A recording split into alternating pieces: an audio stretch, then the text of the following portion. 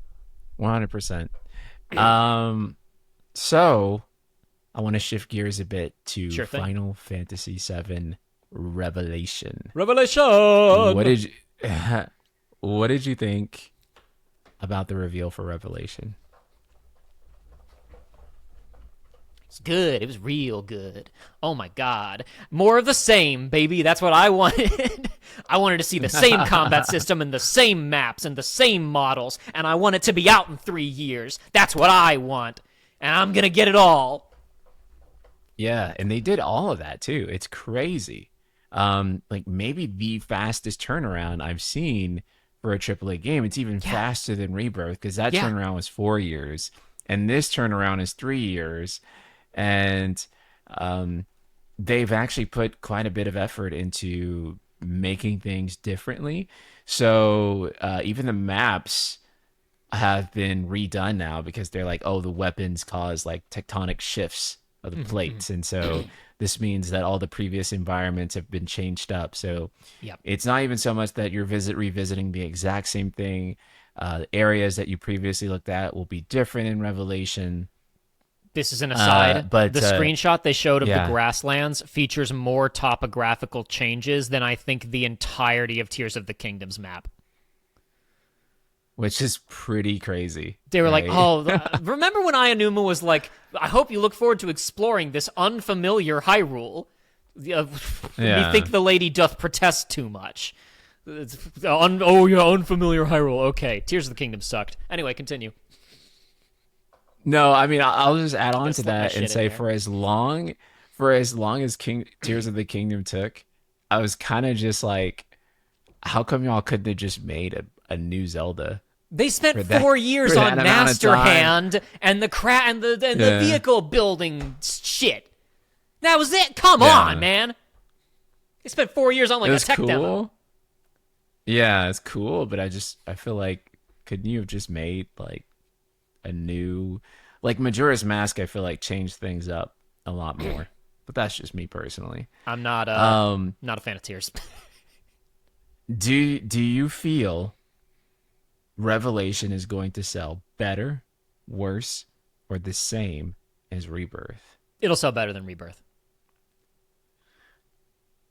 Elaborate. Everybody who bought Rebirth will buy it, and everybody who's been waiting for the whole thing to be done will buy it. Now, is the Mm, contingent of people who have been waiting until the whole thing's done to buy it huge? No. However, if we want to go just head-to-head sales, it will technically sell more. Will it sell another million units? Honestly, because it's launching simultaneously on all platforms. I forgot about that. right, PC right. simultaneously, Switch 2 The simultaneously. Yeah, no, I will say confidently, with confidence, it will sell at least 1 million more units. I'll say that firmly right now. okay. I'm gonna be the cynic then. Go ahead. I think that if they sell the same number of units, they will have probably performed. They probably will have exceeded their own expectations. I agree. Even I don't think that they expect to sell as much as Rebirth. I think that they are expecting decline from Rebirth because that's usually how these multi-part things go. Yeah. Except for when you have like a sequel that ends up being a sort of phenomenon, Yeah. like a Mass Effect 2 or a Witcher 3 or something like that. Mm-hmm. And usually those are kind of predicated on their marketing is predicated on how you sell them as like Yes. standalones, almost not standalones, but like you don't need the first part in order to be able to play this. It's accessible on its own right. You can skip straight to The Witcher 3 and have like its own self-contained, really fulfilling narrative Mm-hmm. experience, which FF7 Revelation is Not that. certainly not going Not to that. be that. It's certainly not going to be that game. Um, so I don't really see Revelation being that. And for the first time ever, I believe they've actually been clear about the marketing on this, where Hamaguchi's like, yeah, you actually do need to play Mm-hmm. Remake and Rebirth first. Yes. Part of me thinks that's because they're selling ports of Remake and Rebirth at the same time. And so if he said Revelation can be your first FF7 experience, that would actually go against selling those ports and marketing those ports. I think it's just down to So, everybody. I think that I feel yeah. like Hamaguchi looked in the eyes of a marketing guy who said you must go out there and say that anybody can play it. And he looked in the dude's eye and said, "Show me one shred of market data that indicates that will increase our sales." And the guy couldn't show him Yeah. anything, and he said, "I'm doing what I want to do. I'm being honest." Because everybody knows. Everybody knows we're lying. There's Yeah. not a single person heard, Yeah, you can and jump a right into lot Kingdom of Hearts 3. people- Nobody heard it. Nobody believed it. Yeah. A lot of people would debatably even say that you shouldn't even jump straight into remake. You should play the OG first. Right? I think that you have to Whether be, I agree with that, is no. neither here nor there. I'm but not talking about that. I'm just saying, like, um, I think that, like, you kind of have to be not terminally online, but, like, yeah. you could miss that. Like, you have to have somebody talking in your ear saying, "No, don't do that." You have to be going on the subreddit, you know? Like, I don't know if there's any Helldivers players in here. If you go on the Helldivers subreddit, it is like every now and then you see a thread pop up that's like, "So I haven't played this game in a while. What's everybody complaining about? Why is it terrible now?" And then it'll fill up with replies of like, "No, the game's still fun. It's just people who don't play anything else. It's fine. You can play it. It's okay." Most people don't engage that much in online discourse. I don't know. I really think it might sell a little bit better than. To be clear, I'm not saying like lifetime better than Rebirth, but I'm saying better than Rebirth's like first couple months sales, because there are genuinely going to be people, thanks to the PC ports, thanks to the Switch 2 ports. I'm not mentioning the other one because I genuinely don't think it matters. There are going to be people who are going to get into this in the next 9 months and who will buy Revelation when it comes out. I think that it's like first 2 months sales will exceed Rebirths. My opinion. I could be totally off base. I agree with that. But I don't see the long tail exceeding like Rebirth's like totality, all the sales combined. No. Yeah, because one thing too about multi-platform is that it does cause a significant portion of the dedicated fan base to buy the game again on their preferred platform when it does come out, right? So a lot of you rebought Remake and Rebirth on Switch 2, and a lot of you also rebought Remake and Rebirth on PC. Yeah, and so this has also been a pretty successful strategy for Atlas as well. Yeah. When with the Persona games, right? It's like Persona 5, Persona 5 Royal, Persona 5 Royal Remastered, which, lol, I mean, come on. At Persona 5 at 60 frames per second, big whoop, who gives a shit? But there are people who bought it. Obviously, like, long tail, part 1 is always going to have sold more because there are people who buy part 1 and don't like it and don't buy part 2. But like at this point, I don't think we're going to see a Lightning Returns-esque fall off, because I feel like the 13.2 to Lightning Returns fall off is more nuanced than people give it credit for, because frankly, Lightning Returns came out on an almost dead console. Like, it wasn't the Last of Us swan song to the PS3. It was, this looks kind of ugly. And I just watched a trailer for FF15. I don't think I need to play this. I'm just saying, I think that in this instance, I can't really, and maybe I'm wrong, maybe this customer does exist, but I can't really see anyone who played Remake and went, "I liked that, I'll play," like, there are people who played Remake and went, "Ugh, I will never play another of these remakes." But I don't think there's anybody who played Remake, liked it, and played Rebirth and then went, "That's enough of that hogwash." I think anybody who bought Rebirth is probably going to play Revelation. They're too close. You're not having an entire genre shift, perspective shift, gameplay style shift. There were people who loved the 13 trilogy who didn't play Lightning Returns because the timer gave them anxiety. I'm serious. There are people who like won't play Majora's Mask or Lightning Returns because time limits make them nervous. Mm, Revelation is just if you liked Rebirth, it's that, but more of it, and you have an airship now. Like I don't see yeah. anybody who liked the ending of Remake enough to play Rebirth, and then saw the ending of Rebirth and went, well, I could put up with the ghosts and stuff, but this actually thematically relevant, thoughtful meditation on wishing that things could be different, but they can't. That's too much for me. Mm, Personally. And I'm imposing. Other people might not have read the ending of that game the same way. But my point is, if they got through the ghosts and they got to the ending of Rebirth, I don't see why that one would be what killed their enthusiasm. You know what I mean? no, yeah, that makes sense. I think it's Although safe to for go ahead. me, I guess the idea would just be getting to the end in the first place, right? That is a trouble. Because That is a Rebirth trouble.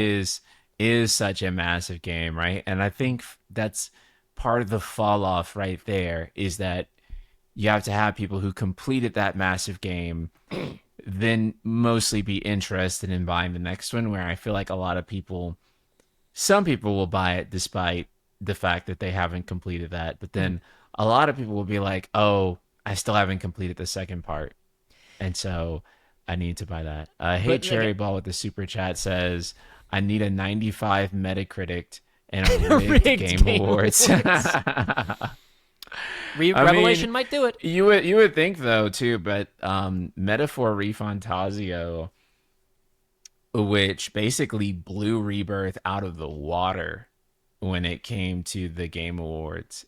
Like every category that they were both nominated for, Refantasio like kicked Rebirth's butt. But even then, it didn't necessarily boost Metaphor sales because it's still stuck at 2.5 You million. got to win. You got Now, to be. You got to get alternatively, a. though, You got to get a Game of the Year nom, especially a win. right, I do think you have to be like the game of the year in order for it to work. So yeah, maybe you're right because it definitely did work for Claire Obscure. Mm-hmm. Where Claire Obscure, we saw it hit like 5 million in sales just before the Game Awards, and then immediately after that, it almost doubled in sales Mm-hmm. because of how all of the accolades that it won. And game of the year tends to, yeah, it does tend to be that headline Yeah, game, I don't know. I guess which my thing about like, oh, but they got to complete Rebirth to play Revelation is like that. I go, well, they had to complete Remake to get Rebirth, and that's why the sales tapered off there. I feel like if you bought Rebirth in the right, first place, you're already a certain level of committed, and that's part of why the sales fell off right, so much. But the fact that Revelation is presumably going to be significantly cheaper because it was made, I feel like a little bit faster. I feel like yeah, especially, yeah, we factor in because they didn't make Intermission, which took a year for Remake. So yeah, like right. it was a like it was a. I feel like it's going to be cheaper. I feel like their expectations are probably more measured. I really think that it'll probably sell about the same as Rebirth, maybe a little more. Is Yeah, my instinct, but maybe I'm wrong. the margins on it will probably be better for that reason, for sure. The Noble Just George because, as you said, said, the dev costs are lower. Noble George said, "Rip to Kingdom Come Deliverance 2 any other year it wins if it hadn't been up against a Claire Obscure." I was thinking about. I'm pointing that out just because I was thinking about KCD a minute ago. We were talking about like how impressive the turnaround is on Rebirth to Mhm. Revelation for AAA game development. Warhorse has threatened that they're trying to get KCD 3 out by next year or 2028. Which, if they pull that Wow, off, would be crazy. But there that isn't even a is trailer. crazy. There's not a release. They just said that we're trying to do that. It came up in it's not called Embracer Group anymore. Whatever the new holdings company is, or the new private equity firm, or whatever the hell it is now. Mm. Now that it's been reshuffled and the debt's been consolidated and all that crap. But I think it came up in a recent report that's like, yeah, we're trying to finish that up by 27 or 28 so we can make a Lord of the Rings game. So like if they pull that off that quick, that would be pretty crazy. So we got a super chat from Kingdom Trigger saying if they nail the ending, I think they get Game of the Year, which actually takes me into my last topic I have prepared. Um, so much of how people feel about Revelation hangs entirely on how this thing ends. Mm-hmm. With such high stakes, do you even think it's possible to stick the landing? I mean, well, for certain people. I think it's impossible to stick the landing for everybody. Um, I think, Yeah, 100%. Yeah. yeah. For me, yeah, probably. See, so like we talked Yeah. about, you and I haven't had the chance to talk about Rebirth, and I won't get into it too much because I'm sure there's still some people in here who haven't played it, and I don't want to spoil anything.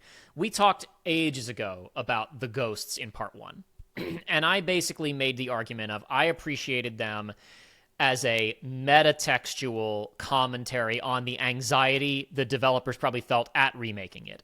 To be an accomplished guy like a Tetsuya Nomura, Kitase, even a Motomo Toriyama, as much as I may dislike some of the stuff he's made, I will freely acknowledge he's a very accomplished game developer. To have this pressure on you for basically 20 years of, instead of making something new, could you just do that game you made in 97 in a year? Could you do that again, but better this time?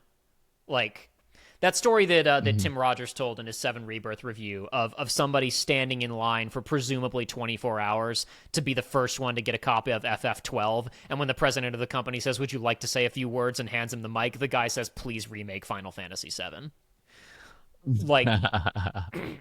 Like, I appreciated the ghosts from that perspective of like how it must have felt philosophically to return to this thing and redo it. But as far as it went for the actual story itself, I was like, we'll wait and see, because who knows? Because obviously people talked about like what does defying fate have to do with the game's themes of identity and the people that we want to be versus the people that we actually are? What does it have to do with anything? And I was like, we'll wait and see. I personally found where the like thematic, the new shit in Rebirth went. I felt that it tied in perfectly with what Remake has always been about. Sorry, what FF7 has always been about, which is not the environment and not capitalism, though these things are certainly present in it. That game is really about the distance between who we wish we were and who we actually are. That's at the core of every single major character in that, all the protagonists and Sephiroth. And I felt like everything that Rebirth wound up saying with its timelines, if they even are timelines, which they probably aren't, I thought was really interesting and meaningfully tied in with that. I like where they're going. I'm interested to see what they do to stick the landing in Revelation. And I'll talk about that a bit more in a second. I can see you have something you want to say. Oh no, I was just thinking like do you think kind of recent internet discourse, because it seems like how should I say, it seems like things have been kind of heating up a little bit more online, and a lot of the more divisiveness is a lot more pronounced. So Yeah. I remember when I got to the end of Remake back in 2020, very infamous story here. I did not like the whispers or basically anything after chapter 16 whatsoever. I was like, this is not good. What are they doing? And I was BTFO'd for that take. Everyone was like, Eh, yo, get this guy off the screen, I remember a lot of people brother. being upset. You definitely weren't the only guy. I was kind of the figurehead at the Okay. time All of right. being All right. upset about it. So I took, I got a lot of heat for it. Um, Nowadays, however, when I log on, I see that opinion being a lot more prevalent to an extent further than how I even felt about it. Mm-hmm. Right? Like Yeah. Yeah. to a greater extreme than how I felt about it. So now I'm wondering like, do you think that vibe shift will tangibly impact Revelation? Did it impact Rebirth? Hard to say. Do you think that that's just the chronically online isms doing their thing? It's really hard to say how much it changed without them just being straight with us. And I feel like we got it. Like maybe once the whole trilogy is done, there might be some development postmortems where they say like, "Oh, we floated doing this, but changed our minds." But I think even then, people will put too much stock into it. Like I think about like when you're developing a game, you just pitch shit. You know, like there's Mm. another story that I don't think is very well known where like, I think Tetsuya Nomura talked about it. He was like, "Yeah, so when we were developing FF7 original, there's a part where you have to parachute into Midgar from the airship. The moment really late in the game where you return to Midgar and the gang parachutes from their airship into Midgar. And you pick you're playing as Cloud and you pick 2 party members. And they go with you and they're in your party while you're in Midgar for this dungeon. And Nomura said, and when we were developing the game, Nojima came in one day and he said, I've got an idea. What if every party member you don't pick, what if their parachutes failed and they all died? Because it's almost the ending of the game anyway. They need to bring that back, bro. There's only one more dungeon. Time. There's only one. There's it's just this time. And then North Crater. So what if we just really freaked everybody out and the characters you don't pick, all their parachutes fail and they all die? And Tetsuya Nomura apparently, bro. In the Shiba Inu timeline, that's what's gonna happen. I promise. And Tetsuya Nomura apparently looked at him and went, "No, dude, we're not gonna do that." But that's the thing. It's like you hear all this shit that gets pitched, and it's like you throw ideas out there when you're developing things. They've been saying since the beginning, some things will be different, but some things will change. They kept talking specifically before Rebirth came out about being like, it'll be mostly the same. It will be mostly the same with some changes, which is what we wound up getting. And they were saying that pretty quick, even before the discourse got heated. I don't know. They might have dialed it back from what their original plans were. But I feel like at this point, they've got their trajectory. Like, if they changed their plans going into Rebirth, I don't think they're going to change them again going into Revelation. Like, the discourse didn't meaningfully change. The people who were mad originally are mostly still mad. The people who liked it originally mostly still liked it. I think the only people whose opinion meaningfully changed from Remake to Rebirth were the people who finished Rebirth and really wanted it to be totally different, and then it wasn't. And some of those people were disappointed. But I don't think, I don't think there's been any discourse that's going to change their intent with this game. I think whatever they were planning when they finished Rebirth, they're probably sticking with it. Would be my guess. It's so hard because we don't have tangible data for this stuff. For sure. Algorithms kind of bias everything. So you can never really tell if the hate is actually gaining traction or if most people do love this or if it's just people circle jerking and that's causing engagement, which causes more people of a minority opinion to latch onto something. Yeah. I say this all the time. I can't tell if people majorly hate or dislike something anymore. I just don't. I don't know if it's the algorithm, biasing it either way. It's like normal impossible. People don't go to on really the internet discern. and talk about movies and video games. They just don't. Normal people don't do it. Right. Everybody in this chat is sick in the head. We got a couple. We got a super one from Josh Z saying, I was one of the people that didn't play Lightning Returns because of the timer implementation being so bad. Majora is way better. I just want to say, based, I agree. Black Lion Guard saying, what is your biggest practical fear for Revelation regarding gameplay, narrative, performance, or any other aspect? Interesting question. This may shock some people. I have no narrative fears for Revelation at all. Very, very similar to you. Yeah. I kind of just don't know. I don't know what this is going to be anymore. So much to the point of where I have no expectations. So I know one of the bigger debates that's happening right now is this a remake or is it a sequel? And I'm going to be completely unsurprised and kind of indifferent no matter which one it is. I find the fact that has dominated the discourse around this game baffles me to no end. That is such an unimportant cosmetic label. I don't know why. I find it very, we were talking about earlier of KH fans don't know how to, I get the gist of it. The debate around is it a remake or a sequel to me seems to be missing the forest for the trees, because all I care about is it a good video game that I enjoy playing with a good story. I personally find the debate to be unnecessary, but that's just me. I don't know. I suppose it would change the lens by which one is evaluating. the certain plot elements, right? Like, I think, for example, maybe Barrett getting stabbed at the top of Shinra HQ, which is a scene I actually forgot about in Remake, by the way, Hmm. until someone mentioned it the other day. And I was like, dang, that scene does happen. That's like the worst scene in all of Re-Trilogy. But anyway, and then like he did that to like show like fate um was I still disagree that that's the fixed in worst place or scene, but whatever. we don't need to go there. I think there's It's several it's a, much it's a worse it's a scenes, but it's a top three contender mm. though, at least.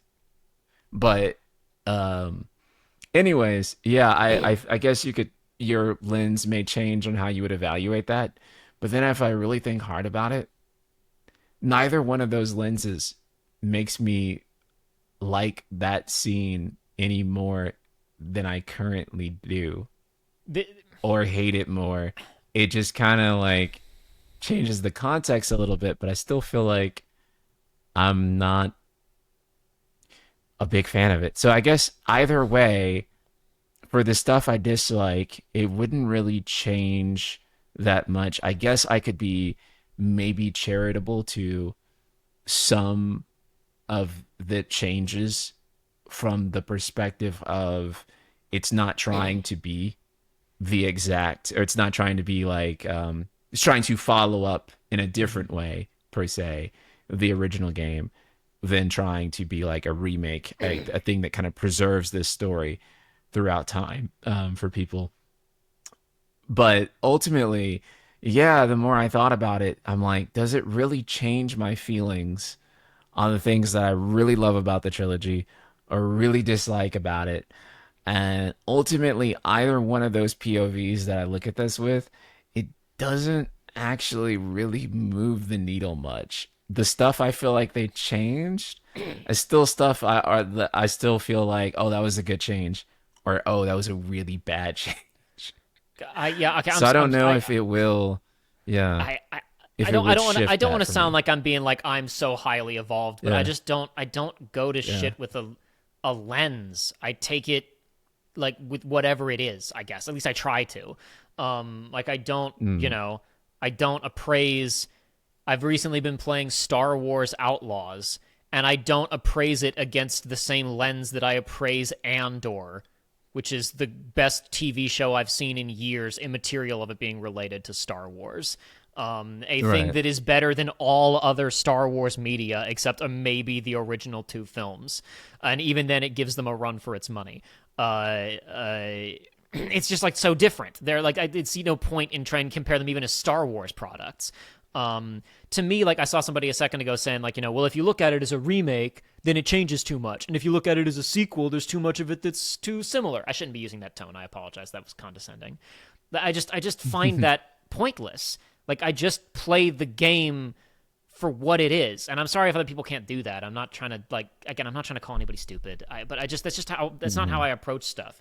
Like I saw somebody a second ago. Like people were saying like, oh, it's a false marketing thing. It's like, is it false marketing? Because the trailers showed they were going to change stuff. The trailers showed the ghosts, which were not there originally. Like the Charlie and the Chocolate Factory remake from the aughts is a remake of Charlie and the Chocolate Factory. It also changes more about Charlie and the Chocolate Factory than remake changes about FF7. Like like Yeah. I don't know. Like what do you mean? It's not a remake if this is these semantics arguments drive me Mm. insane. This is what I mean. Like you could go down this rabbit hole forever and write a dissertation on the exact mathematical equation of what constitutes a remake versus a reimagining, and I couldn't be more bored by any conversation you could have with me. Like I couldn't care one bit. But the initial question that was asked, which was what are your concerns? Like, what do you think could go wrong? And the story question was first, and then they said what, like combat and performance were the other ones, I believe. Yeah. Just any, yeah, just any aspect of the game, I think. I do have something to say there that I think is interesting. Final Fantasy VII Rebirth, I thought did a remarkable job of balancing a party of its size. Crazy how every member of that party has utility, but you also don't necessarily have to play all of them. Like if you don't want to play Red, because Red is like a very reaction heavy, like Platinum Games character where you got to be countering and dodging to build up his meter. If you don't want to play as Red, just don't play as Red. If you don't want to deal with Kate's weird bullshit, don't. If you wanna, he's pretty good. You can get good at Kate. He can be really solid. Other than the box dungeon, you never have to play as him. The box dungeon, will less said about that, the better. But like, I think that we've got Vincent and Sid coming into this. I'll keep it vague. There's going to be a period of time where Cloud isn't in the party. So actually, for a little while, it's only going to be one extra man in the party. I'm interested to see how they're going to balance all of these characters while bringing back returning moves, while also not making them exactly the same. Because obviously, like, Cloud and Tifa and Barrett and Aerith inherited parts of their old kit in Rebirth, but they also got new stuff. And I think their kits were pretty good. How much of those kits do you keep because it was working, and if it ain't broke, don't fix it? And how much of it do you throw out to have new exciting stuff to learn as you level up? That could be a challenge. And I think the fits system, their little subclass system, might be the answer to that, where it's like, if you want to play Tifa the way that she worked in Rebirth, it's not going to be that different. But if you want something different, make her a black mage. I'm curious to see what that's going to look like. I never went back and watched your reaction to Revelation. I don't know if you had this thought. The second they showed that subclass system, I was streaming, and I think like maybe 2 seconds later, I looked at Joey and I went, "This is prototyping for FF17." That is actually exactly what I said. I called my Verbatim. brother. I called my brother the next day, and he still hadn't seen it, and I was describing what's in the trailer to him, and I mentioned, and also they're introducing like a subclass system where like you can make Tifa like a black mage subclass, and he immediately went, "That's FF17 shit." Like, Yes. No, that's definitely what I was thinking too. yeah, I'm very curious to see how that will work, because they obviously showed like Tifa throwing a bunch of fireballs, but they didn't actually show us what her command menu looks like or how her kit changes. So because I haven't wasted too much time thinking about like, what could they do? Do you have any ideas about how that fits thing is actually gonna work? Like, I've read the interviews, but they've kind of kept it vague.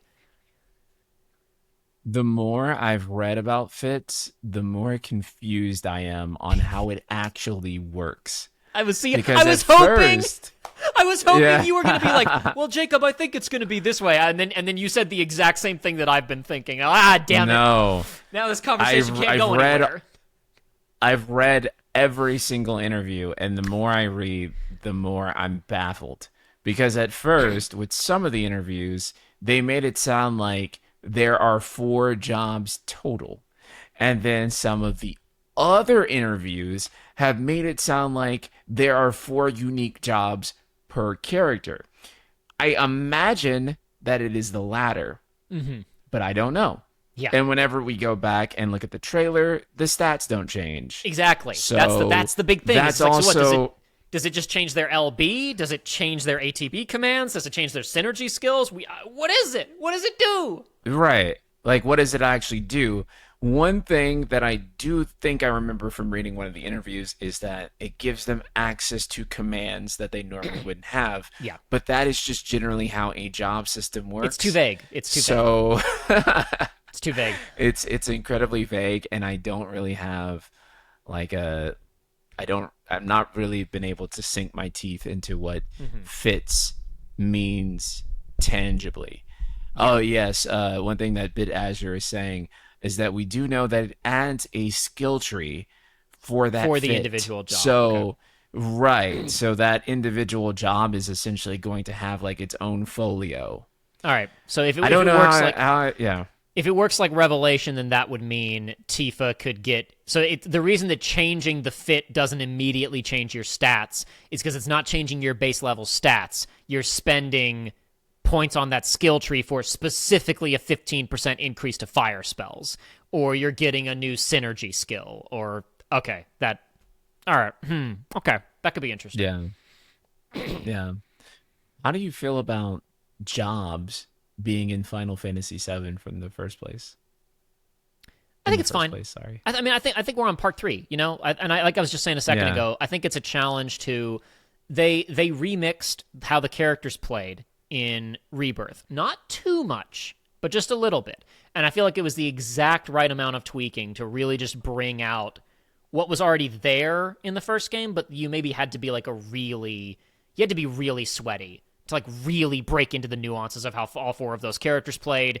You had to do a hard mode run. I feel like Rebirth made just little tweaks that, like, like Aerith's mine wasn't that interesting of a move, but making her warp, giving her a button that lets her warp to her ward is like, there is now a face button that says use your wards. Use the wards, and then they gave you more wards, and like I feel like those were all really smart changes, and I don't know how much more you can polish them up. I don't know how much you can do. Like, you could change how Cloud plays, but I feel like it'd just be a lateral move. I don't know that you can genuinely make it that much better. So I think that the job system theoretically just gives us a new thing to progress and earn, because it's like, how excited are you gonna be leveling up Cloud and being like, oh yay, I got triple slash again.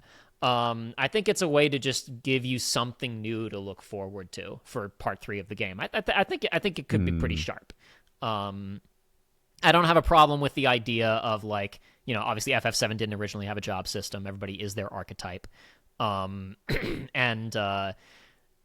sure, that's the way it was, but we're on part 3 of a remake, and this is the, I don't know, approximately 23rd Final Fantasy VII game. I think it's okay if Tifa wears a different costume now.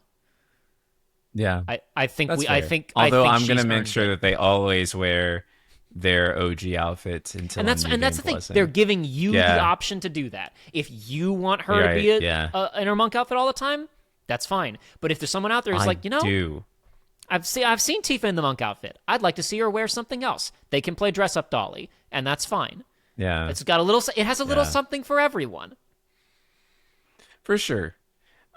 We have a super chat for Kingdom Trigger saying it's preparation for 18 because 17 isn't the FF7R team unless Square Enix plans to release 17 in 2032, which is the opposite of their medium slash long term business goals. This is a fair point. I don't know. Actually, I would push back against both of you. I think it is possible. I said it's a fair point. I didn't say Yeah. I agreed. I said it's a fair point. I think that because part of the reason I think that they have put Hamaguchi so far in the limelight is because I think he's their next guy. Yeah, yeah. He's I the agree. next, what I call Final Fantasy president. He's the next We've guy. had a few of these. Yeah, we've had a few of these now. And each time Square Enix presents a new guy that is going to save Final Fantasy. This happens every single time. And then that guy comes and he makes a new mainline title. And then half of the fan base is like, this is awesome. And then the other half of the fan base is like, this shit sucks. What the fuck? What the fuck are you doing? And I think that they've already kind of primed him for that. But I do think that he's actually going to be the one responsible for 17. I don't think it's going to take nearly as long as people are thinking. Primarily because, and this is just my guess, but I suspect that Creative Studio One has had 17 probably in the plans since they completed Rebirth, even. I would guess. And I think that I think they've knew been working on it since then. Yeah. they knew the general direction of what they wanted to do with Revelation when they were halfway done with Rebirth. There's no way Yeah. they haven't been in. If like I'm not even saying this like as I believe Yeah. like FF17 or whatever that team is making next. They've been in pre-production on it for 3 years minimum. Right. So the thing is that when people think of the team being busy, they think that, or like Revelation is coming up, right? People are thinking of this like the entire team right now is actively working on Revelation But until Nojima like finished the writing it 2 years ago, or maybe a year ago. Let's say a year right, ago. right, exactly. Like, what are the concept artists on the team doing? What are, people who are doing like a lot of the modeling work? After all of that is finished, Yeah. they start cycling on to the next project, right? And then they kind of just finish up. And once their roles are finished, then they move on to something else. But yeah, Revelation is mostly already finished from a dev standpoint, right? And so I think a lot of the people that are going to be working on 17 already are. I could be wrong about this. I have been wrong, allegedly, maybe once or twice ever. But it's not very often, I think. But that being said, He's proud of himself. I do. Chad. Damn. I'm a very knowledgeable man, Chad. I do feel fairly confident that he is probably the one working on 17. I think that they are pushing him forward as the guy because who else would be working on it, right? That's the If thing. it's not Creative Studio, yeah. If it's not Creative Studio 1, then it would be Creative Studio 3, which I really don't believe that Creative Studio 3 is working on it. One, Creative Studio 3, like, immediately dissolved the FF16 team. That's what So I was the going to team ask that you was do you know what happened yeah, to that team? Because that's the only other team that could be making a AAA Final Fantasy right now. dissolved. They dissolved. They were kind of dissolving already before. What do you call it? The Rising Tide, the final deal. Yeah, they. I don't even like that game. What the fuck is wrong with them? Yeah, but they dissolved it. There They was a dissolved Schreier. it There was back. Jason Schreier interviewed Yeah. Hamaguchi and was talking to him about the speed with which they were able to make Revelation, and he was like, "Yeah, I wonder if that has any." Schreier was like, "I wonder if that has anything to do with the fact that you guys have." Well, no, it was Hamaguchi said, "Well, we had 90% team retention from remake to rebirth, and we had Yeah. 95% team retention from rebirth to revelation." And Schreier said something to the effect of like, I wonder if that had anything to do with the speed and quality of the games. And Hamaguchi was like, I really wouldn't know. This isn't typical for how Square Enix does things, but maybe. Yeah, yeah, yeah. It was really funny because essentially, what was always also in that conversation was he was like, "Yeah, basically the only two teams that stick together are the 14 team and the 7R team." And Schreier was like, "Do you maybe think that because those two teams stick together, that's also why they're Square Enix's most successful games in this modern era?" And Hamaguchi's like, "Yeah, but we don't really do that shit here in Wakanda. We don't do that." So, my brother has been fairly cynical about Square in recent years, and not undeservedly. He's actually played more of their Yeah. mid-tier slop than I have, because I touched the Bravely Default. No, sorry. We both liked Bravely Default. Okay, I touched the Octopath demo and was like, not for me. And he played a lot of Octopath before he went. I kept waiting for the writing to get interesting, and it just wouldn't. And he played Triangle Strategy and went. I kept waiting for the writing to get interesting, and it just refused. And like, where's Yoko Taro? Oh, he's making Eva now, so he ain't doing anything for Square. So my brother is like basically said like once Revelation comes out, like I don't really care about KH4. I don't like I'm into FF14 and I want to see Revelation, and like other than that I kind of don't care about this company anymore because they keep catching too many L's. And I'm going to say this. If we hear they dissolve the effing remake trilogy team after Revelation, I'm also done. I will sell my shares on that day. I think I will become a Capcom YouTuber I if will that happens. Like, I will sell my measly I'm like not even 20 kidding, by the way. I will sell my measly 20 shares of Square Enix stock and I will move on. God, I didn't realize that I didn't realize the 16 team had resolved. Because I was going to say, like, the question of who's going to make it, I was going to say, to my mind, there's only three people. There's only three teams. There is the remake team, the 16 team, and a nebulous third team that's making the 2D HD team, basically. And now we know that some percentage of them, after they did the Dragon Quest shit, but I assume that was mostly Enix staff collaborating with that studio. I don't know what the staff looked like. They're doing Resonance, which is not a numbered title, which meant the only people it could be were the 16 team or the 7 Remake team. And you're telling me the 16 team doesn't exist anymore. And as someone in chat pointed out a minute ago, Correct. the FF15 team dissolved after Forspoken, so there's no fucking teams at that company that know how to make a AAA game. Yeah, so not that's already put together now. And not that there's an existing FF team. Kingdom Trigger came back with another super saying, if CS3 isn't making 17, why did Ishikawa move to a supervisor role since Endwalker? Some people think she's back on Evercoal, but I don't think so. Yeah, it's entirely possible that she's on a new project. Maybe that project is 17. However, if 17 is happening within Creative Studio 3, it will not be the FF16 team working on it, because that team does not exist anymore. It will be a new team that they form within Creative Studio 3, which is possible, by the way.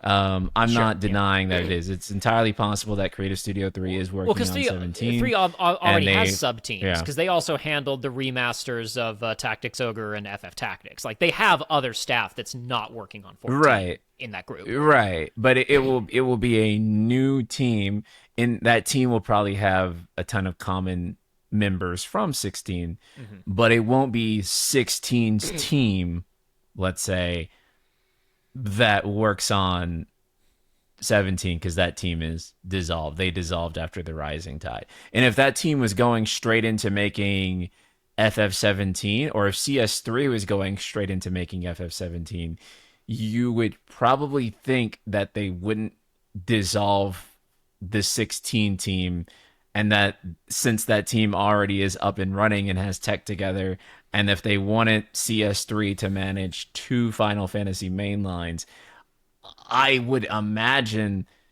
they would carry 16 teams on to 17, if that makes sense.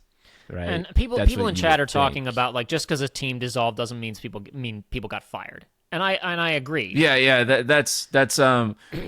Like, people need to understand, when we say dissolved, that doesn't mean that they were like, you guys fucking suck, go find another job. No, it's not a layoff. Okay, dissolving the team means they sent those team members on to other projects, and the team becomes part of the greater Square Enix again. But until they get, like, assigned to a project, right? So when FF15's team got dissolved after Luminous Production shut down, they didn't lay off everyone who worked at LumiPro.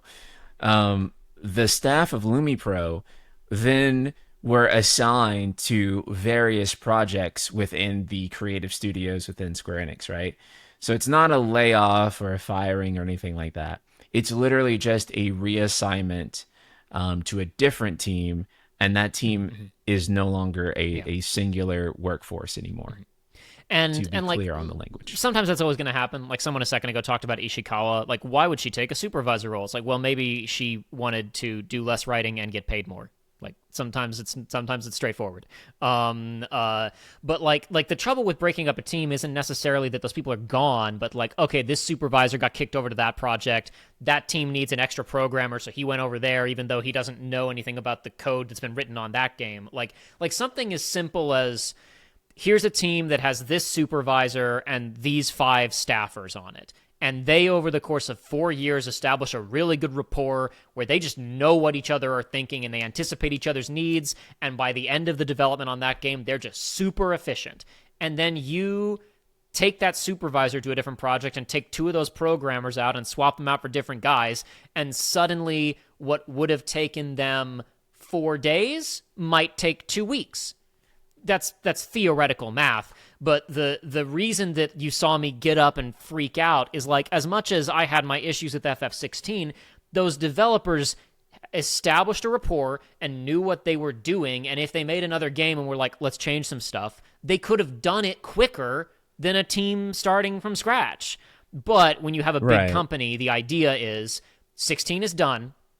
We don't need, and to be fair, this makes some level of sense.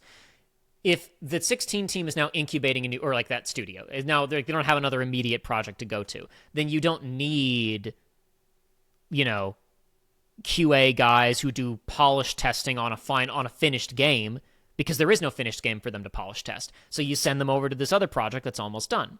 You don't need combat programmers, because your new game, you don't even know what the combat system's going to be. So take those combat programmers out and send them to a game that needs new combat programmers, because somebody on that team quit, somebody on that team is on maternity leave, somebody on that team, whatever, right? Like, it makes some degree of sense, but if you do it too much, it may be more efficient, like for this week, to get that one project done marginally faster, but ultimately you run the risk of every project you make taking more time total to get done. This is why you saw me getting frustrated a second ago, because what Final Fantasy needs more than effing anything is speed.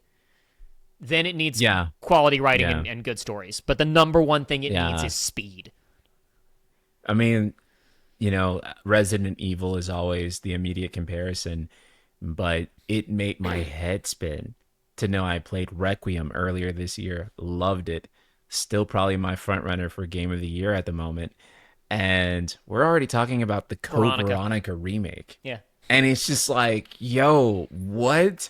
This is so crazy. It's happening that fast. And obviously, Final Fantasy games take a much longer time to make. RPGs in general are going to take longer to make than something like Resident Evil. Mm-hmm.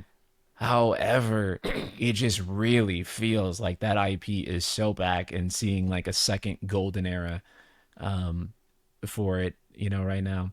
Kingdom Trigger with another super, dude. Thank you so much. I think that FF14 being a stable live service game might make it easier to dissolve and reassemble teams in CS3 compared to CS1. This is Cope, by the way. It's huge Cope.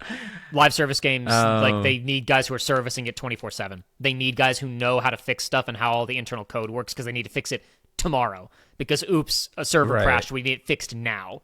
We need to make content on a really regular cadence. We need that patch ready in 2 months. We don't have time to train a new guy. Yeah. The FF14 team also has to stay some together. some people in chat are making the point that 14 is not in a stable position right now. Well, it definitely did see a little bit of a downtick with Dawn Trail. So yeah, I'm willing to bet. I mean, so much so that they actually finally approved new budget for the game, which is crazy because the 14 team notoriously does not get enough budget for evolved mode. Super duper excited for evolved really cool. mode. Gonna be so sick, yeah, dude. I mean, so I'm excited to see them get more money for Evercold. I think, like I said, I don't know who's handling FF17. If I had to make a wild bet that wasn't Creative Studio 1, my next bet would actually be Creative Studio 2. Which is what team? Remind me. They have only published Saga games. Oh, okay. Yeah, so sure. Far. But that's or developed Saga games.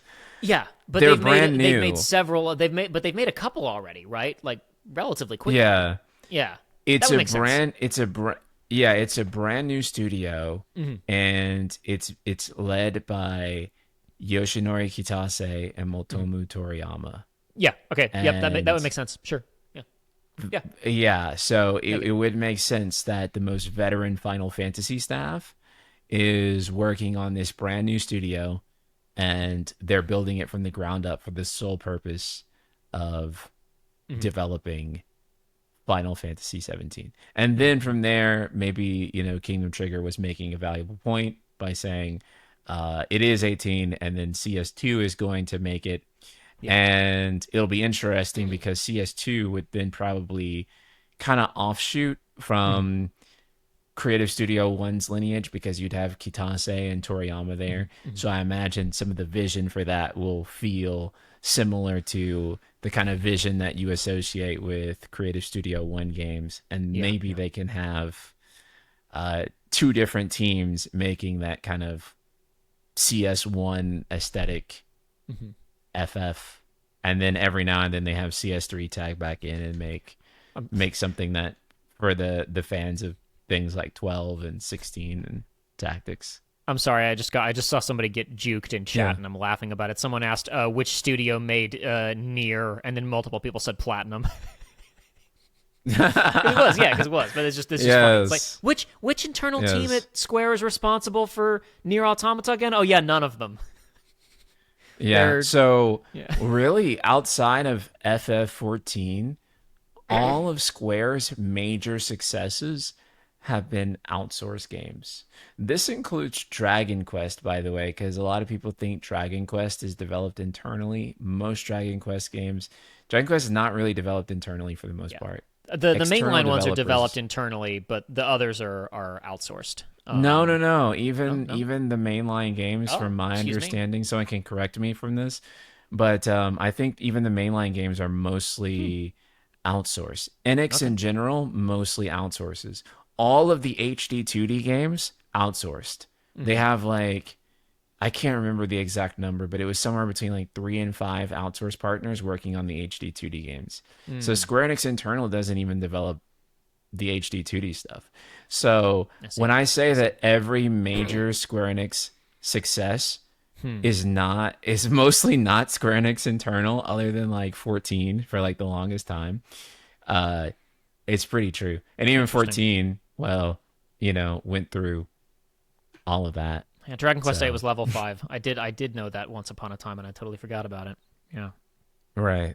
Okay. So internal Square Enix, maybe not the hottest, It just but if depends. they get good outsource partners, yeah. It's But a that struggle. is kind of funny. That is kind of funny contextually because it's like, oh yeah, my favorite creative studio is Square Enix's outsource partners. Do you this is a side note, I apologize, but I was just talking about like the thing that they need most is speed, and then the next thing they need is good writing, which I would say hit or miss. Like, because some people would say Final Fantasy X doesn't have good writing, and some people would say it has the best writing in the whole franchise. Wrong. It has, yes, that one. Go Maybe the on. dialogue is a little shaky in spots, but in terms of like thematic cohesiveness, 10 is a beautiful work of calligraphy, a beautifully woven knot of interlocking themes and ideas that build on each other beautifully. But what I was going to say is because, like, like again, nobody sets out to write a bad story except for Shigeru Miyamoto, apparently. But like do you know what happened with Forspoken? Because they specifically were like, we want foreign high quality writers. I know Brandon Sanderson was approached and he said no. And then like Amy Hennig was attached, and I got like some issues with Amy Hennig. I think she's a little too Joss Whedon-y sometimes, but like when Amy Hennig is on fire, she's on fucking fire. Like I know she worked on it a little bit. A Hmm. couple of other people who were like better than what Forspoken was. My question is, Yeah. was that like a DMC Devil May Cry situation? Because like I don't know how much you know about the development of that game, but when Team Ninja or whoever made Ninja Theory made that game, like they were like, oh, we love Devil May Cry, we want to make a Devil May Cry, and then Capcom was like, no, no, no, no, no, don't make it like we would make it Western. And they started making it, and they were like, that's not Western enough, that's not what Westerners like. And they were like, well, we know what Westerners like because we're Western. No, you don't. Is that what happened with Forspoken? Do you know That anything is about that? more or less my understanding Okay. was that Square Enix Japan, they really wanted this to be like a big Western IP. Hmm. And the reason is that Western AAA games sell a lot of units, right? Yeah. And we're Yeah. kind of dealing with a world, pre-current Capcom to like Yes. really show the Yeah. world how great a Japanese AAA developer can do, There was a little and that dark period there. Hmm. westernization, yeah, and that westernization in that sense isn't really necessary. And yes, I am aware of how Western mini Capcom games, or specifically Resident Evil, can appear, but Hmm. I think 10 minutes with that game, you can tell that it's Japanese as fuck. Hmm. Hmm. And It that does a no good Western job of game would, it does a good job of would camouflaging it, but if you know yeah. if you know ball, you can figure it out. Yeah, it's like it's purely like Western in aesthetic only, and like the Hmm. moment you you touch that game, you're like, oh shit, The this is writing Let's of go. modern Resident Evil, Yeah. honestly, has gotten very naturalistic in English.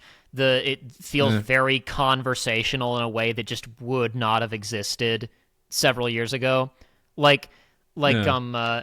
the way that they use expletives in new Resident Evil is so much better than you usually see from localized Japanese games, where they're kind of trying to throw in like those rude Japanese words and make them into swearing, and it doesn't quite work. I think about there was some trailer at Summer Jeff Fest, or maybe it was at no, it was at Sony's presentation, some horror game.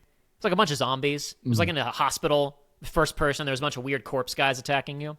And at the very beginning, it's a first person perspective, and your character's being like operated on, like you're injured. And one of the doctors says, like, his wounds, it's like he was attacked by some kind of beast. And then the doctor goes, a beast? What are you, drunk? Stop saying such things. And like, well, I know instantaneously that was not written in English first. I know instantly. Whereas I would say you could show me most of the recent RE cutscenes, and just like from dialogue, I might believe if I didn't know anything they were written in English first and by an English studio. It's more when you spend time with them and you're like the hidden Raccoon City bobblehead figures, or block of tofu Jill running past a window, or even like RPG duel on the back of a motorcycle, where it starts to be. That's what I'm saying. It's like you have to kind of know ball. If you didn't know, you could touch Resident Evil and not be able to tell the new ones. Yeah, but Right. if you Yeah. know, you can taste it. Yeah, I see. This is also a thing too, where I feel like this idea of, I don't want to say erasing the Japaneseness, but take something like Final Fantasy 16, for example, where they put in an extraordinary amount of work into making it sound like natural English as much as possible in order to get the people who are kind of like, oh, anime dialogue, on board. And then I feel like those same people would probably take issue with how anime the second half of the story ends up feeling anyways, I don't right? know. See, that's the thing to me. It's I like, don't know if they could, I don't know if they can actually get around that without compromising some of the cultural identity of what these titles are. If that that's makes what's sense. tricky. But to me, the trouble basically boils down to this: writing in video games is mostly still pretty bad. It's mostly Right. still pretty bad because it's the lowest priority 100%. for most game studios. It just is, and it makes sense. Yeah. You can get really good writing in a video game. Some people would argue against me when I say this, but for all of his other foibles, like the Neil Druckmann-led Naughty Dog games have pretty good writing. Baldur's Gate 3 has pretty good writing. Like maybe and Red Dead Redemption 2 had pretty good writing. They're not like great novels. They're not great works of literature, but they're better than a lot of movies or TV shows that you could watch. They're pretty good writing. But writing is not the priority in video games. And this is something people are not going to want to hear. Alexander O. Smith, famous localization writer who localized FF8, FF10, and FF12, also localized the first couple of Ace Attorney games, localized Vagrant Story, and several other things you're probably familiar with. He went on Resonant Arc's podcast like a year or two ago, and he was talking about writing in Japan. Because, listen, it's not just about like getting Japanese isms out of it, because there's plenty of fantastic Japanese writers. But he basically said in Japan, in terms of quality of writing, it goes highbrow like literature and novels, movies, daytime TV, like primetime TV, normal TV, manga, video games, light novels. Like, video game writers are often guys who tried to be mangakas and weren't good enough. And if it's whatever that game that I was talking about a second ago, that horror game, somebody in chat said, it looks like he was wounded by a beast. If it's a good horror game, then it doesn't need to have good writing. If Ace Combat FF7, I think it's 7, the new one that's coming out. If the new Ace Combat has baller, bitchin' wicked cool aerial combat, it doesn't matter if the writing sucks. Final Fantasy needs good writing. Final Fantasy is an Yeah. RPG. It is sold on this is going to be a really good story that's going to make you feel something. It Yeah. needs to have good writing, and it doesn't always. And that's hard, but that's the thing is that like I can't come on this show and say the Final Fantasy games need good writing and then they'll be good again because again nobody sets out to write dog shit. Except for Shigeru Right. Miyamoto, he does it deliberately. He tells his writers to write that. But that's a different story for Everyone another day. tries. Yeah, everyone tries to have the best story. They wouldn't put it out if it wasn't the best story. They're not they could trying make. to be bad, but that's why You know? Forspoken is so You know? fascinating to me. Yeah. Forspoken, yeah, it's just one of those situations. Basically, almost the same thing happened with Forspoken as Versus 13 to 15, where they Oh. came in and they were like, no, Tore it apart. you need Not to what we do a want. completely different thing. Part of it was, I feel like maybe they were being a little spiteful toward Tabata. I saw someone earlier and say that whatever none had of Henig's transpired there. writing was used. So I guess they hired Western writers, Yes. said this isn't what we wanted out of a Western game, and then they wrote it. They- They were like, we need Yes. someone who will sound like Joss Whedon. That's what we want. Yeah. Okay. They basically paid some of the best writers in the industry to work on it, and then they threw away all of their works. And this is why. And this is the Enix of the Square, brother. This is what they do. Kingdom Trigger, another super chat. This is why SE needs to get a manga/visual novel writer like Silent Hill F did. It worked out really well for Konami. Brother, I could not agree more. I fucking love Silent Hill F. That's what we're. That I mean, was that's my what we're narrative saying. of the year. Yeah, Sorry, that was no, my yeah, continue, narrative sorry, of the year. I put Silent Hill F above Expedition 33. Yes, I don't give a fuck who challenges me in chat. Like you're wrong. Silent Hill F was one of the best fucking narratives in a game that we've gotten in the past decade. So, I actually agree. And I think that they should actually seek external, not only external to Square, but I think external to video games Yeah. for And that's Final that's Fantasy why that's why 17. Forspoken is infuriating to me. Like Brandon Sanderson Yeah. is the most popular fantasy writer on the planet right now. He was offered Forspoken and turned it down. Presumably he was busy. The dude writes 5 novels a year and they're all 6 million words long. But like he likes Final Fantasy. He's done videos where he talked about Final Fantasy. He's a Magic the Gathering fan and he was super excited about the Magic collab that happened last year. Like if they got that dude to write a Final Fantasy story, it'd probably be pretty good. But if they're just going to go, I didn't write what we wanted to and tear it up and write their own thing, then it's pointless. Whereas didn't not Fire Emblem FE Sharp. Didn't the Silent Hill F writer, wasn't he like the creative director on it? Wasn't he like in charge of the whole thing, I actually have basically, to look. story-wise? I want to say that he probably was also director on it as well, but yeah, because he's also the guy who wrote Higurashi When They Cry, I believe. He's only the credited writer. And He's not the credited director, but he's just the okay. credited writer. Okay, never mind. Because whenever you because most of the interviews were with Ryukishi 07 Yeah. and not. And I mean, he was the anyone first else name that they at least announced. I saw. They put him front and Yeah. center of like this is why you're gonna play this is because he wrote it. Yeah, I think that 17's writer needs someone in that tier where it's like, oh my god, they're the ones writing it. You know, I feel like obviously they couldn't actually get George R.R. Martin to write FF16, but I feel like that actually would have had a bigger impact than just saying I don't know that he's the watching right Game fit. of Thrones. Yeah, exactly. Right. I don't know either. that he's the But, right fit for like- the franchise. Brandon would honestly be perfect Right. for a Final Fantasy story. He would be.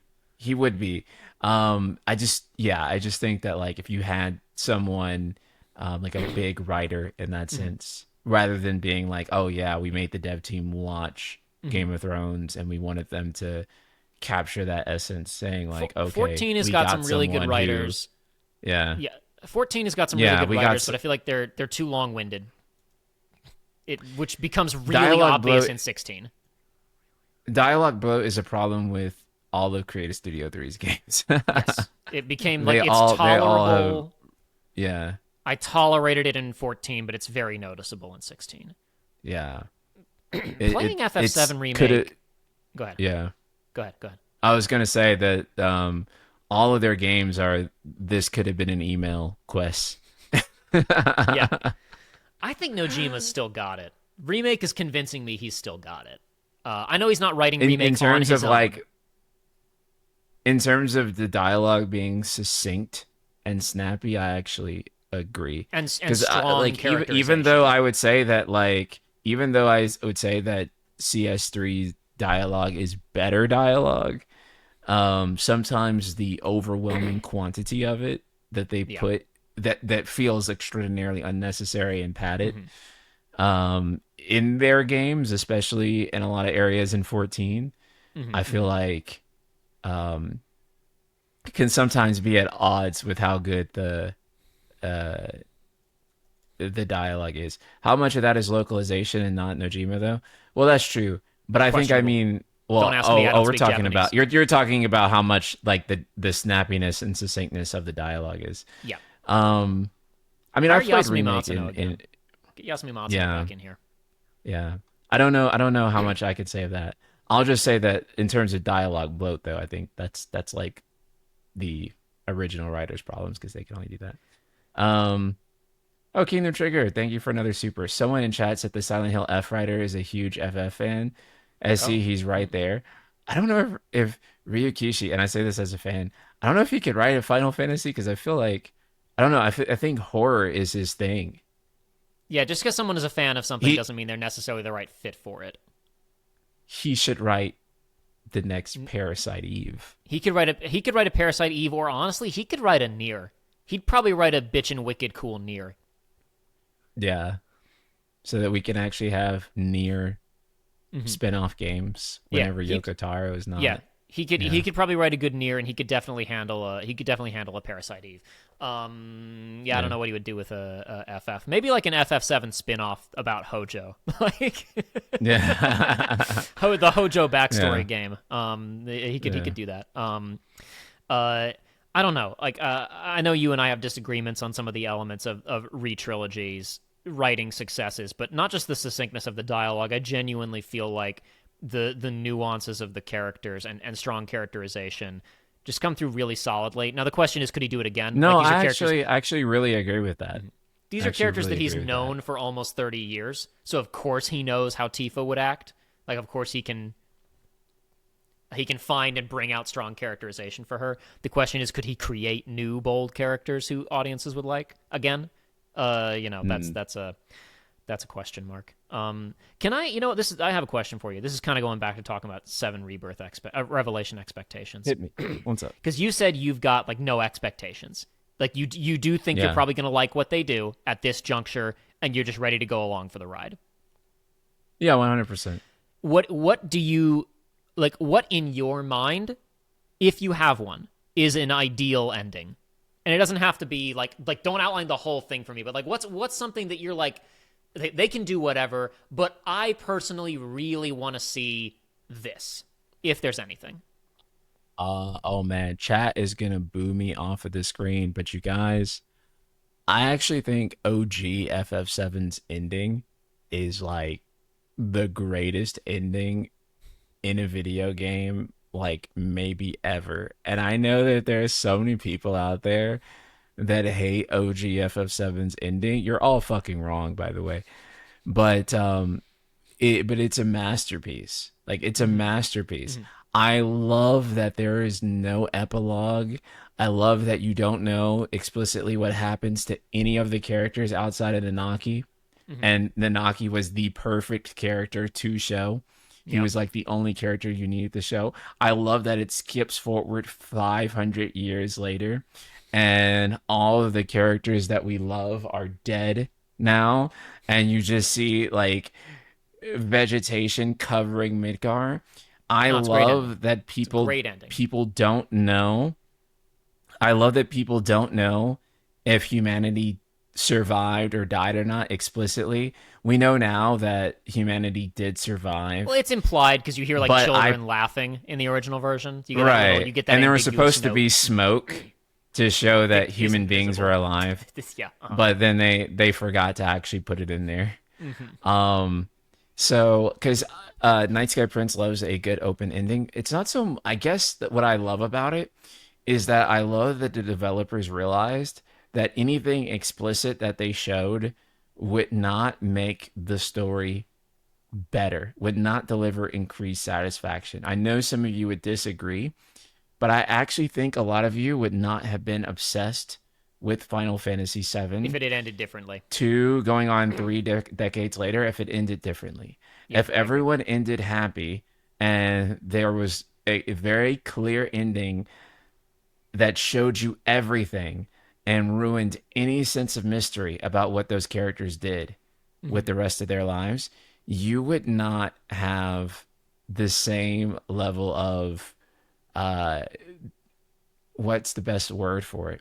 The obsession with Final Fantasy VII is almost how it ends in mystery. It ends in that you don't know exactly what happens, but it's kind of up to you to fill in that Hmm. void.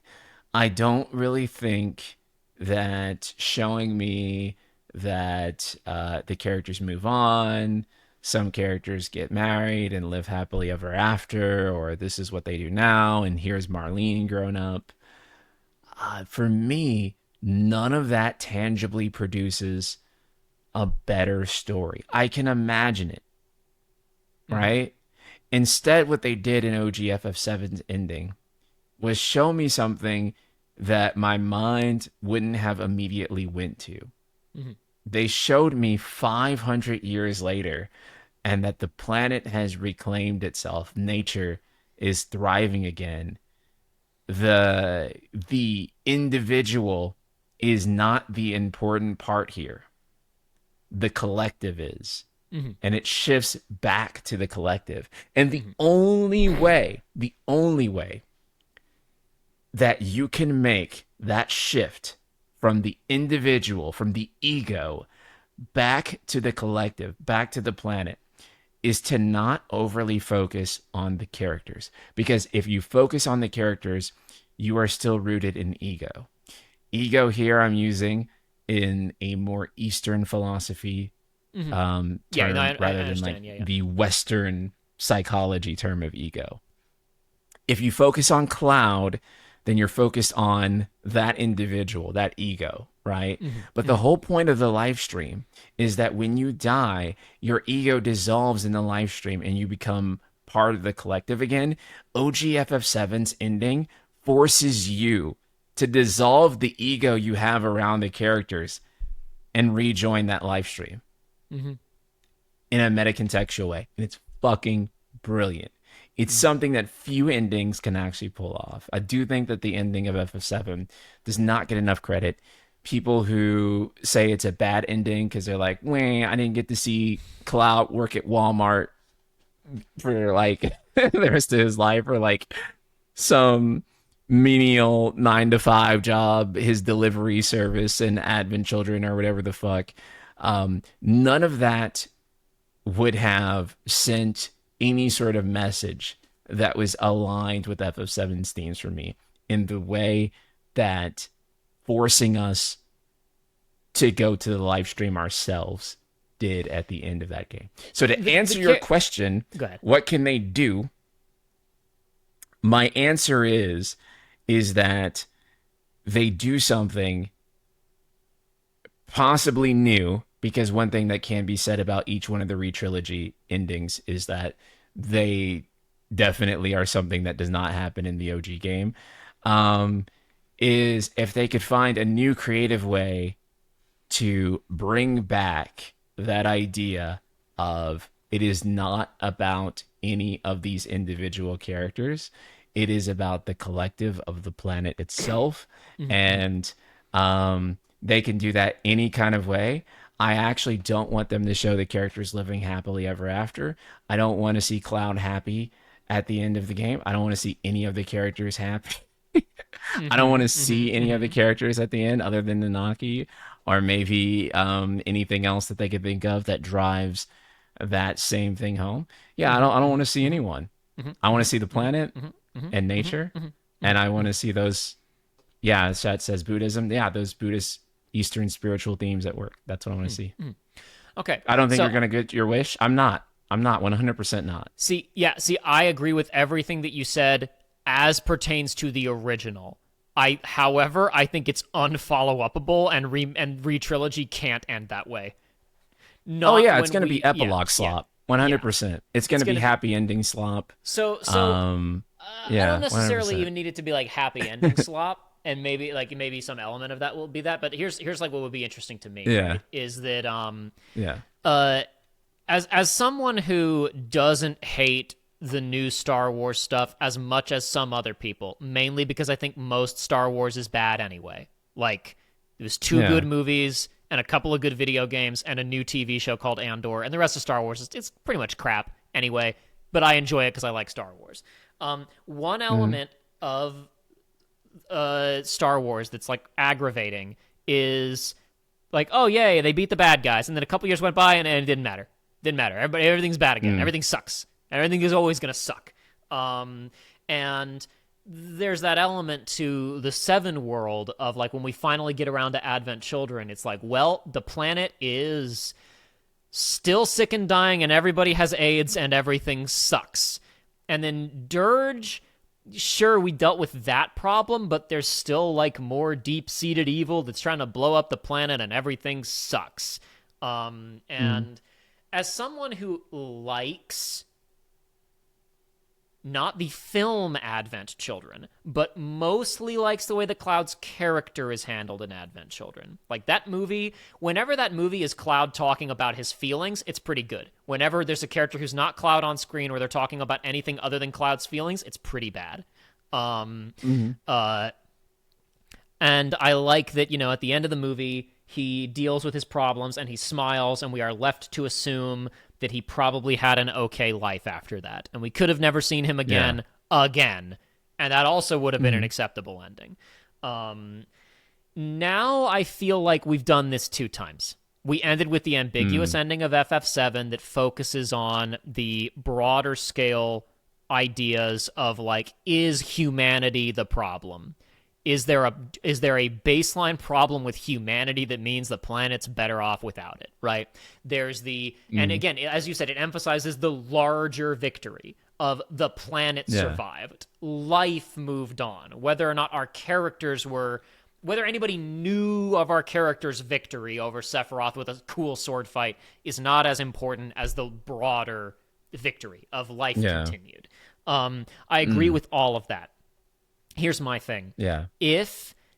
And they may just be lying through their teeth, and there's going to be more FF7 after this. But if we are treating this as the genuine ending of FF7 forever, I kind of almost want what people were talking about earlier, the shonen epilogue slop of years later, and they all have kids now, and the threat of Boruto's adventures. And my specific Mm. reason for that is because, and this isn't a shipping thing, I swear to God, it's not a shipping thing, but they're like, oh, we want people to be able to decide if Cloud likes Tifa or Aerith. Make up your own mind. No. We'll never say No. I'm anything ending for the stream sure. now. Huh? I'm ending the stream now. They'll never no, they'll never Don't do go there, whatever. bro. Don't go there, bro. The most interesting part of Advent Children to me is when Tifa is telling Cloud, you need to stop being such a sour sack of shit and suck it up, and she says, listen, why didn't you ask me to help you with this? We could have gotten through this together. I guess that Mm. only works for real families, huh? You're like, what the fuck happened between them in the last 2 years? What's going on? Listen, to me, if the story is about all of these characters figuring out who they really are, and because to me, Yeah. the core of what makes FF7 interesting is, like I said earlier, the distance between who they want to be or who they think they are and who they actually are. That's at the core of every single one of the party members, even Kate Sith somehow. and it's also at the core of Sephiroth. It's not really at the core of. Actually, you know what? I'm going to say Zack too. I'm going to say Crisis Core Zack's kind of dealing with the same thing. To me, showing all of these characters, maybe not all of them. You can kill a couple of them if you want to really shock people. Whatever, I don't care. But to me, showing these characters finally well-adjusted and embracing who they are and not showing up for 2 seconds to shoot a gun at a dragon, but genuinely like, here's Barrett, and he's been able to put his gun down. He doesn't need vengeance anymore. That's not driving him anymore. Here's Tifa, and she's just helping people, because that's what Tifa wants to do. Here's Yuffie and this girl who was obsessed with the ideal of a nation that she's too young to even remember. She's like really figured out who she is now. Like that's kind of what I'd want to see. It's not what was right for original FF7 at all. The original ending of FF7 is perfect. But if we're doing this now, and if there's this whole thing of maybe Sephiroth is time traveling to try and change the story and whatever, to me, the definitive ending of it's all over is there's no ambiguity of, oh, there's still some lingering Genova cells in the life stream, and I will never be a memory. No, consign that bitch to memory. Say maybe there will be Boruto adventures. Maybe Cloud and Tifa's kid will go on an adventure and we'll have Final Fantasy VII the after years. But what actually needs to happen is Sephiroth needs to be gone for fucking forever, completely definitively. You will never see him again. You will never see his nobodies. He is completely dealt with forever. And also, if Cloud is ever around again, it'll be in a supporting role because he's done. He's zen now. He's figured out who he is. He's worked through his problems. Or, I don't know, or you could give him a character arc later where he's dealing with a midlife crisis of some kind, but people tend to not like that when you say this character who you really liked, here they are years later, and they still have problems. People didn't like it with Aang when it turned out that Aang was a bad parent, which to me made perfect sense, but when it was like, Aang's a bad dad in The Last Airbender, people were like, oh, he ruined Aang! Like, I don't know, it makes sense to me. But people don't like that, so I don't know. Maybe don't do that. But I guess like, I don't want it from a fan service perspective. I don't just want to be like, oh, Cloud and Tifa got married and had kids, because that's what I want to see, because I like shipping or whatever. I don't... Sure, maybe there's an element of that to me. But to me, you can't redo the ambiguous ending, because now all the fans already know. It won't be a thrill anymore. It won't be a question. I want to be able to recreate Aerith saying, see, everything's all right at the ending of Advent Children. But I want it without Yazoo and Kadaj and Luz there. That's what I want. I want to be able to get to what happened to Cloud 5 minutes after Advent Children when he was finally healthy, and let's pretend that geostigma shit never happened. That's my ideal ending. I don't think they're gonna do anything to not or like delegitimize Advent Children in any way. I think Advent Children's kind of been like a core. No, 100%. They wouldn't do that with any of the compilation material. They will. No, 100%. No, it happened in another timeline. It's fine. It happened in another timeline. This is a new timeline. This is the timeline where Captain America. This is the timeline where Cap went back in time and he married Peggy, and it's fine. It's okay. No, yes, not with the guy who created Advent Children as the creative director. If anything, its importance is probably greater than ever. So I think in fact, I would probably go as far as to say I think they will attempt to make Advent Children playable content at some point. So I don't think that any minimalization of Advent Children is going to happen. I think Let me tell you what, if they make Advent Children playable content, I'm skipping that shit. Yeah, I will not be some seated. people might, but I do think that AC will stay in some form. But that being said, it'll be in some crucial way relevant. But our last couple of streams, I'm not gonna get the ending I want with 7R, because I think that's already it's already a foregone conclusion that they are not going to do what I want, which is an ending that I don't think it would be like a shot for shot of the OG's ending, but it would very much thematically follow it up where, and they can do that in any approach where they deny you the satisfaction of what any particular character or thing does. They will flash to white and they will show you the planet 500 years later, and they will show you Nanaki and his kids, I don't and know. you will not know. You will not know. I'm also down for whatever, to be clear. Like, you have your wish Yeah. and I have my wish, but I think we also both are down for whatever. Like, we're ready to see where Yeah. where it takes us. Also, Yeah. chat, no, I know. I Glenn, know. I'm not. Yeah. this is an aside. Glenn is Yeah. not Cloud's dad. It's a theory and it doesn't make any sense. Ignore the people who say he's Yeah. Cloud's dad. It's not a thing. Yeah. I know I'm not gonna get what I want, so I'm already like content. What I want is basically just um I mean, I don't want to say it's basically just OG, but it is pretty damn close to. I feel like But our I don't think previous they're going to streams go have down tend- OG's route. our Yeah. previous streams have tended to skew very Yeah. business and marketing heavy. Yeah. And this one was still a Yeah. little bit of that, but hopefully people just got what they normally want from streamers, which is, what do you want to see in the game? What do you think is going to Yeah. happen? So that's We're a bit our more like feeling centric a little on bit. this one. I'm sorry, you know what? Yeah. Because I know we're running over time. I know you said like that you Yeah, I wanted was to be gonna- done way yeah. before this. I was just gonna say one thing. Yeah. One thing regarding marketing. Yeah. I think it was super Go smart ahead. that the Revelation demonstration was all gameplay focused. I They do come too. out. Square comes out with I do trailers too. being like, "Aren't you so excited to see what happens to our OCs?" Everybody who's excited is already gonna buy the game, dude. They're And already gonna buy it. Nothing controversial in this one to distract people No. from the game is coming. Remember FF7. This is all just things that everyone likes. It's very straightforward to the OG, minus like fits. The And the that's it. story information in that trailer was limited to Sephiroth is bad, also there are giant kaiju. And then after that it was Yeah. just gameplay, which is like, at this Yeah. point, that's what you actually need to get new customers. You genuinely need to show, look Yeah. at how big this world is, look how cool it is to explore, look at this cool combat. And Yeah. all the other bells and whistles they normally slap on this, of like, here's Sora talking to an anime character with the new Hikaru Udada theme in the back, and the character says there's new Princesses of Heart, and that means nothing to anybody who isn't already going to buy the game. I would I think- consider yeah. marketing that doesn't move units to be pointless marketing. So if there's something in a trailer Yeah. that is only there for people who are going to buy it anyway, like, you can argue it creates buzz, but it doesn't create buzz that buys the game, to make people buy the game, so who cares? 100%.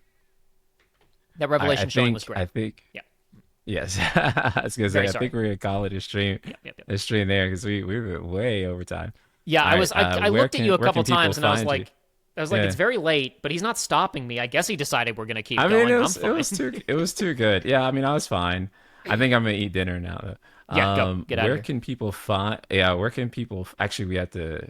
After this, we have to like let it finish uploading, but it only takes. We do a have to sec. do that. We do. Have to Where can people find you? I have the Frustrated Jacob YouTube channel where I haven't posted any videos in 2 years, and unfortunately I'm so busy I don't anticipate a new video on that channel anytime soon. But in the meantime, you should check out our Let's Play channel, Research Runs, where we will be wrapping up a playthrough of Final Fantasy VII Remake very soon, where I am currently going through Final Fantasy VII Original with someone who's never seen it before and doesn't know anything about it, and that's been a good time so far. We got to Cosmo Canyon on that's the cool. last stream. We were about to wrap up Cosmo Canyon when we had to finish with that.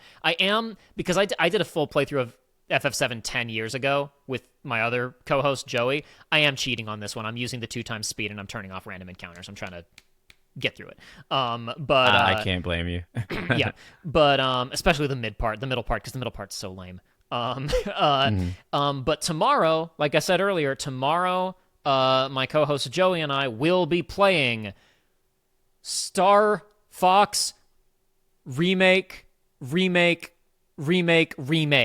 That's right. That's the right number.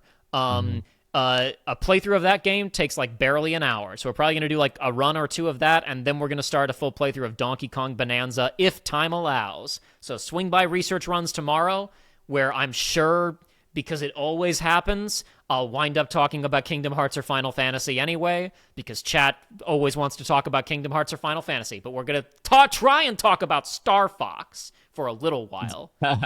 So swing by and check that out tomorrow if Awesome. you have any interest. Awesome. All right. Love you guys so much, everyone. If you're on Twitch, we'll raid Midna. Okay. Take care, guys, and I'll see you all next time. Later, people. Bye bye.